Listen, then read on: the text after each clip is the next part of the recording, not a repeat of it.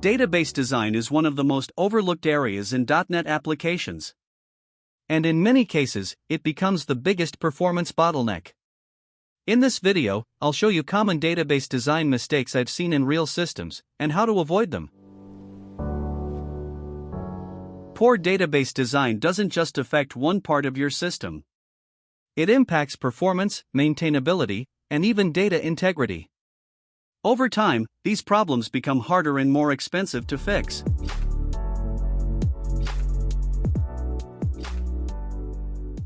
One of the most common problems I see is poor table design. Tables with too many columns, incorrect data types, and lack of normalization. These issues might not seem serious at first, but they create major problems as your system grows.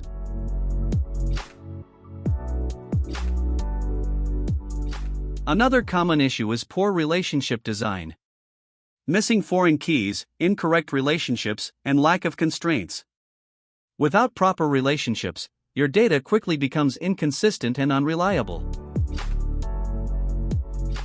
Here we have two tables: users and orders. Notice there's no foreign key between them. Now I'm inserting an order with a user that doesn't exist.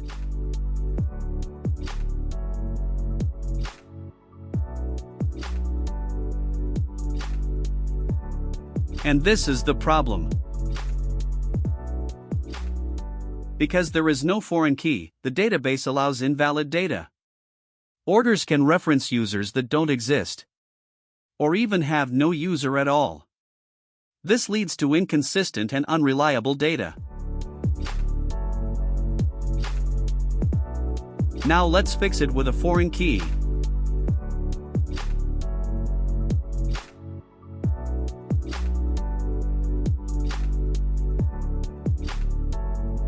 And watch what happens when we try the same insert. The database now rejects it. This is exactly what we want.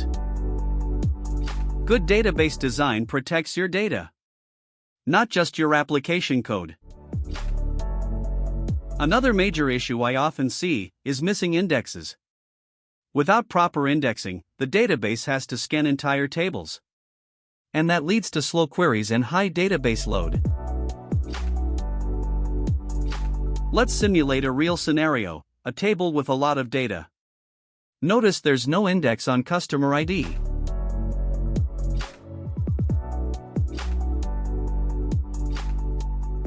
I'm inserting a large number of rows to simulate production data.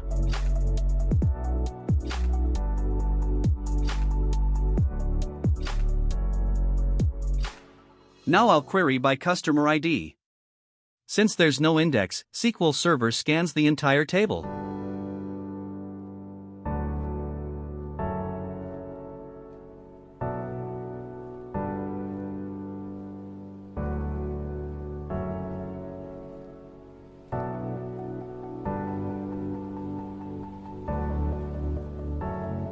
Now let's fix it by adding an index on customer ID.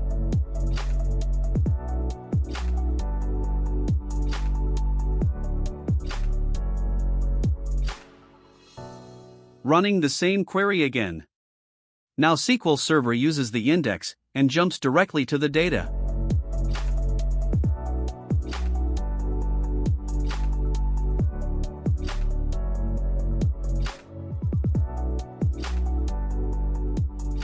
Even with a well-designed database, poor query design can still destroy performance.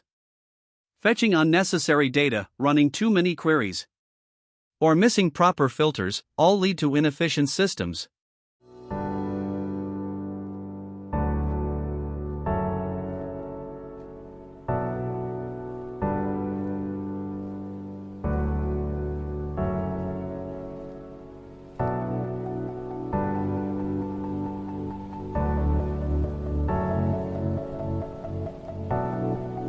The N+1 query problem happens when your application runs one query to get data, and then additional queries for each item, instead of fetching everything in a single query. For example, loading a list of orders. and then querying the database again for each order's details.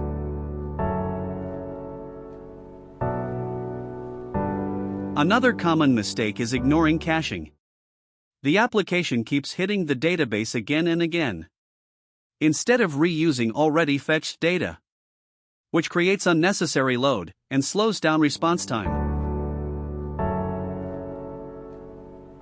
Here, we're using in-memory caching. So instead of querying the database every time, we store the result temporarily and reuse it.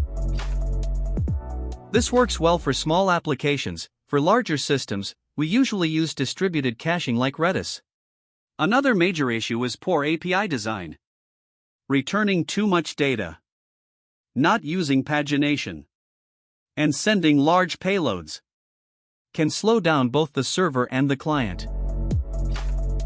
Avoiding these mistakes early can save you time, improve performance, and help you build scalable systems, especially in real production environments. Thanks for watching. If this helped you, subscribe for real-world .NET development tips, and like and share if you found it useful. I'll see you in the next video.